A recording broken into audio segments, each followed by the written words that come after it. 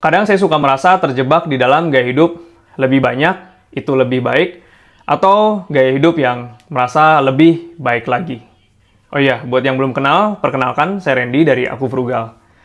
Saya lanjutin cerita saya tentang gaya hidup yang saya pilih. Jadi, ya, itulah pada akhirnya kata-kata itu yang mendorong kita menganggap akuisisi itu sebagai permainan. Kita selalu membeli barang, kita jauh lebih konsumtif, bahkan kita udah punya hal tertentu, kita pengen yang lebih baiknya lagi, ketika ada versi terbarunya, kita milih yang lebih baik lagi.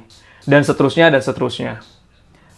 Terus juga merasa kayaknya pengen lebih banyak lagi gitu. Dan itu merasa jauh lebih baik. Tapi balik lagi, semua itu akan mendorong kita pada permainan akuisisi. Dan saya sadari bahwa keinginan tanpa henti itu adalah jebakan dari sifat manusia.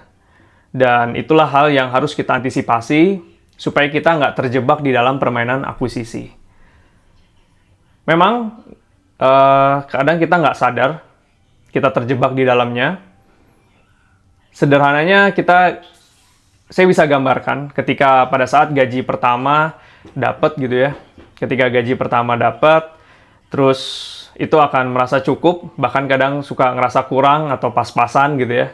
Dan pada saat nanti mengalami kenaikan gaji, itu kadang beberapa juga merasa nggak sadar ya, gaya hidup itu jadi ikut meningkat juga. Perlahan tapi pasti gaya hidup itu mulai meningkat, dan akhirnya kita terjebak di dalam permainan itu. Dan untungnya saya nggak terjebak di dalam utang konsumtif, karena saya tahu juga pasti ada beberapa orang yang mengikuti dari pergerakan gaya hidup yang naik terus, itu pada akhirnya terjebak di dalam utang. Utang konsumtif, atau mungkin kita pernah tahu utang kartu kredit, utang pay letter, dan lain-lain, atau utang pinjol, itu banyak banget yang terjebak ketika selalu mengikuti kenaikan dari gaya hidup. Bahkan ketika udah terpuruk di dalam utang, itu artinya adalah kita lebih banyak, pengeluaran kita jauh lebih banyak daripada yang kita hasilkan. Dan semua itu balik lagi akibat dari gaya hidup yang selalu merasa lebih baik lagi.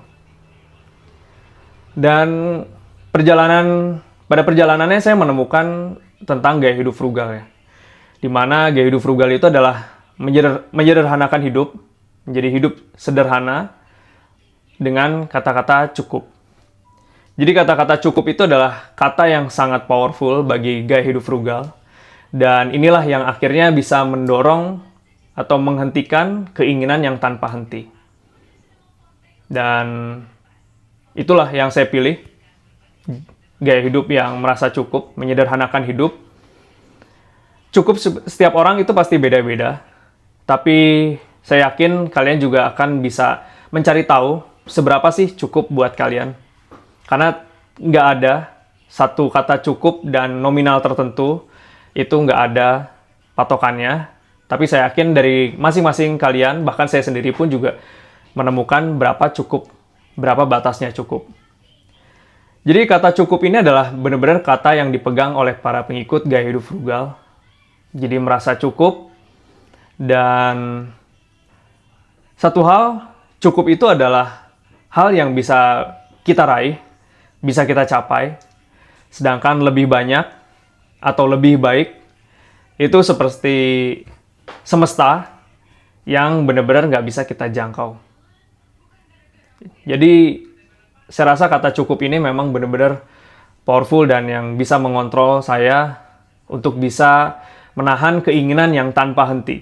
Yang dimana itu jebakan dari sifat manusia yang selalu kadang muncul, nggak akan pernah bisa hilang, tapi kita harus punya satu hal yang bisa melawan itu semua. Jadi, gaya hidup frugal ini benar-benar jalan hidup yang saya pilih. Kenapa harus merasa cukup? Karena banyak hal kita bisa lebih menghargai dari waktu, uang, dan nilai-nilai berharga lainnya. Value, makna, dan tujuan hidup itu bisa kita capai ketika kita udah merasa cukup. So, jadi penting untuk kalian dan saya juga untuk mencari tahu berapa cukup. Karena cukup itu nggak bisa ditentukan oleh angka pasti, tapi yang pasti itu adalah hal yang bisa berubah dan selalu berbeda-beda tiap orang. Dan kita harus cari tahu seberapa cukup, karena kalau enggak, kita akan selalu terjebak di dalam permainan akuisisi.